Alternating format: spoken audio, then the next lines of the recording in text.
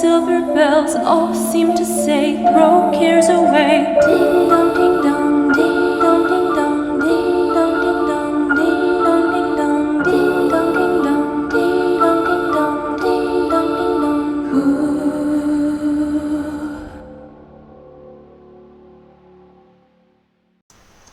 Ooh. Okay, so welcome to day 2 of the Christmas Mystery Advent Calendar. So we have got a bag of evidence labelled 2nd of December, which is today. But first of all, I did promise you I would go through the newspaper. Now, whether this is relevant or not, but I've gone through looking for names, and I've put their titles down so that hopefully maybe we can come up with leads as we go. It did say in the letter, you know, you'll get a list of names, some that you'll add to the suspect list, some you'll eliminate. So we begin with the woman in the interview in the TV segment. She's my hot favourite right now. But I have been having some thoughts. Mrs. Kringle, Mary Kringle, the wife, I don't think we can rule her out, and she's refused to speak on TV. Maybe she doesn't want to give herself away. I don't know. We've also got, these are the list of names that I've got from the newspaper. We've got Mayor Petra Gooley. She may have some motive. We have local celeb Lucy Liu. And we have a local band, Frida and the Wailers. And we have singer Edith Brown. We have a parking officer who's been mentioned, Desmond Ernest. And then we have a Dr. B. Joel from the Momfoot walk-in facility. I just found it quite interesting, whether it's relevant, but it's still interesting. There's an article about people deterring drug dealers, and that they're staggering in the walk-in centre like zombies. And then over on this page we have the zombie apocalypse Christmas parties return to town. I just thought that was funny, and it was interesting. We have another guy called Johnny Bezel, and the netball are advertising for players, and that there's an article it says about Bunty Devereux, and they also mention about netball Brenda. They're saying that anyone can join. We even let Barbara join, and she can't even throw the ball. Obviously, majority of these will be irrelevant, but we'll see what happens. Right, so this is December the 2nd. We have police evidence, agency Briggs investigations, seized by various, description, items relating to missing person Nicholas Kringle, location various, chain of custody, copies handed to detectives for further investigation. So let's see what we've got. We have got, this is all nicely been folded actually, so you can't actually see inside until you open the bag. There we go. Welcome to day 2 of our investigation. Some interesting stuff here. The police have handed over the initial missing person report. I think they're a bit embarrassed they haven't done anything to investigate so far. They definitely dropped the ball, but hopefully things will get better. It's often like this at the start of an investigation. They've also sent the pictures they took during their initial visit to Nick's house. See what you think, and I'll catch you tomorrow. Content, police report and photographs. So, there we have a couple of photographs and a letter. Let's do the letter first. So this is a transcript of a 999 call for assistance. Call handler and CH means call handler, so Josie Littlejohn, and then IN is the caller, Mary Kringle, 19 Lappel Lodge, Dogpole Lane, Monmouth, patrol car 4 Officer Brown, patrol car 2 Officer Colgan. So the conversation goes like this: police, what is your emergency? I can't find my husband. There's a broken window here at the house and my husband is nowhere to be seen. Have you tried calling him? Of course I've bloody tried calling him. I'm not an idiot. He should be here and he's not. When did you last see him? this morning. He had lots to do today and should have been here most of the day. This isn't like him. What makes you think he hasn't just been caught up somewhere and lost track of time? Because he wouldn't do that. I'm so worried. Please help me find him. Any history of mental health problems? He's been seeing a counsellor for stress. He's so stressed about the bloody neighbours threatening him and this horrible guy who used to work here. And then there's Johnny Bezel throwing his weight. I've mentioned that name already. Right, I'll come back to him.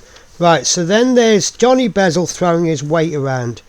He wouldn't hurt himself though. One of these people have done something to him. The smashed window, and then unintelligible. Oh, what am I going to do now?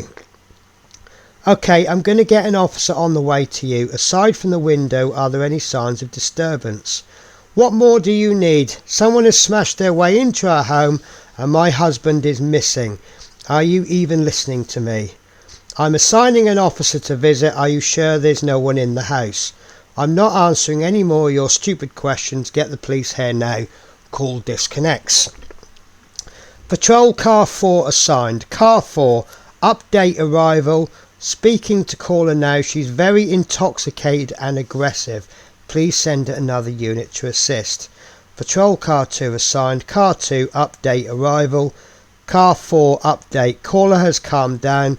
States she is sure something has happened to her husband, as he would never be out this late. Described multiple disputes with local individuals.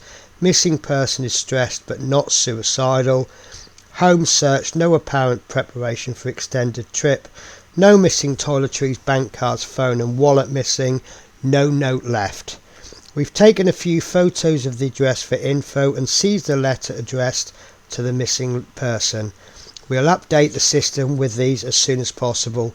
Caller has been advised that this will be passed to the missing persons team and an officer will be in touch.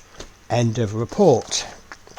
So we have got we've got a picture of a letter. Keep ignoring me and you will regret it. I want what is mine. What the hell even are you? A charity? I know you're not registered. Is this some kind of money laundering scheme? Whatever it is, it needs to stop now. I'm not going to let this lie. Nikki, stop whatever it is you are doing right now or suffer the consequences. I tried to play nice, but you're pushing me too far, you complete idiot. Last warning. And that's written on Park Regis headed paper. Park Regis, Birmingham. And that looks like a picture of some pills. I have no idea what kind of pills they are. Oh, paracetamol. So that one is paracetamol. But they look like caplets rather than tablets. And those tablets look round. And these ones look different, but they're round, and there's a lot of these. So can we assume at this point that's stress medication? There's a glass, what looks like a glass of water. Yeah, it is, look, it's water. And we've got the naughty and nice list. I can't read any of that. Something tracker. There's no way I'm going to read that letter. And then we have a picture there. It looks like an old black and white picture. I have no idea. So what I find interesting is this name Johnny Bezel has come up now for a second time.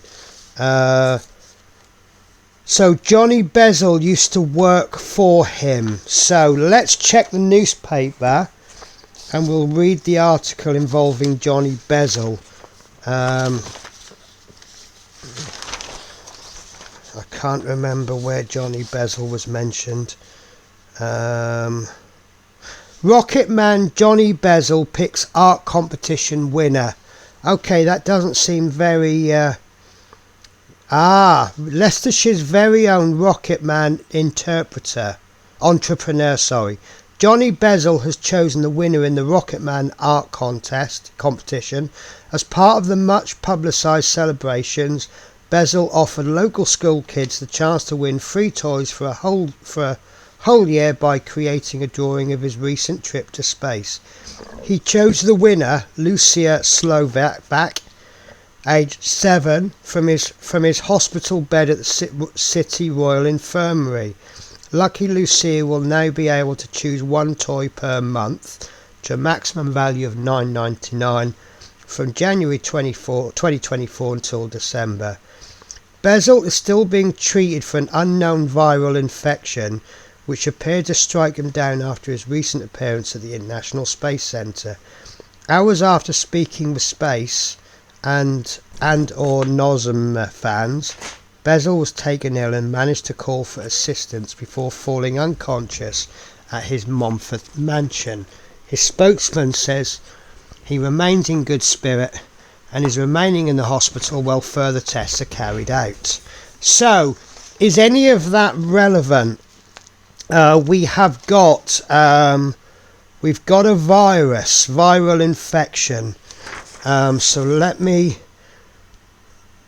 Viral infection. So is there any link now between these tablets and a viral infection?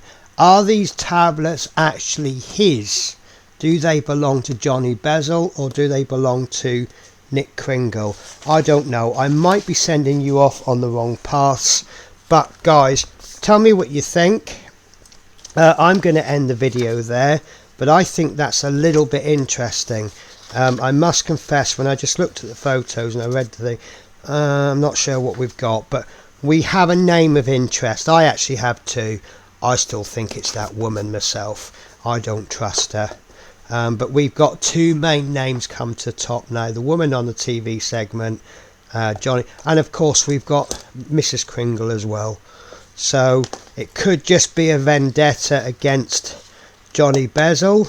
So here's a theory for you. Nick Kringle, obviously we've got a link with Father Christmas here. So Nick Kringle is doing some really nice stuff, some nice charitable stuff. But of course, how much money do you make from charity? Nothing. That's the whole point of it being charity. It's all off the goodness of your own heart. Now, this Johnny Bezel, which is obviously that name is meant to it's meant to make us think embezzlement, I guess. But he's an ex-employee who's no longer working with them. He's obviously gone off and made a good name for himself. He's gone off into space. This is the life that Mrs. Mary Kringle could have had she chosen to marry Johnny Bezel rather than Nick. So maybe she's a little bit dissatisfied with her life and she wants it all, and she's going to get it by framing someone. I don't know. Terrible theory or good theory? Don't know. So I'm going to call it a day there, guys. And hopefully you'll join me in tomorrow's part of the mystery.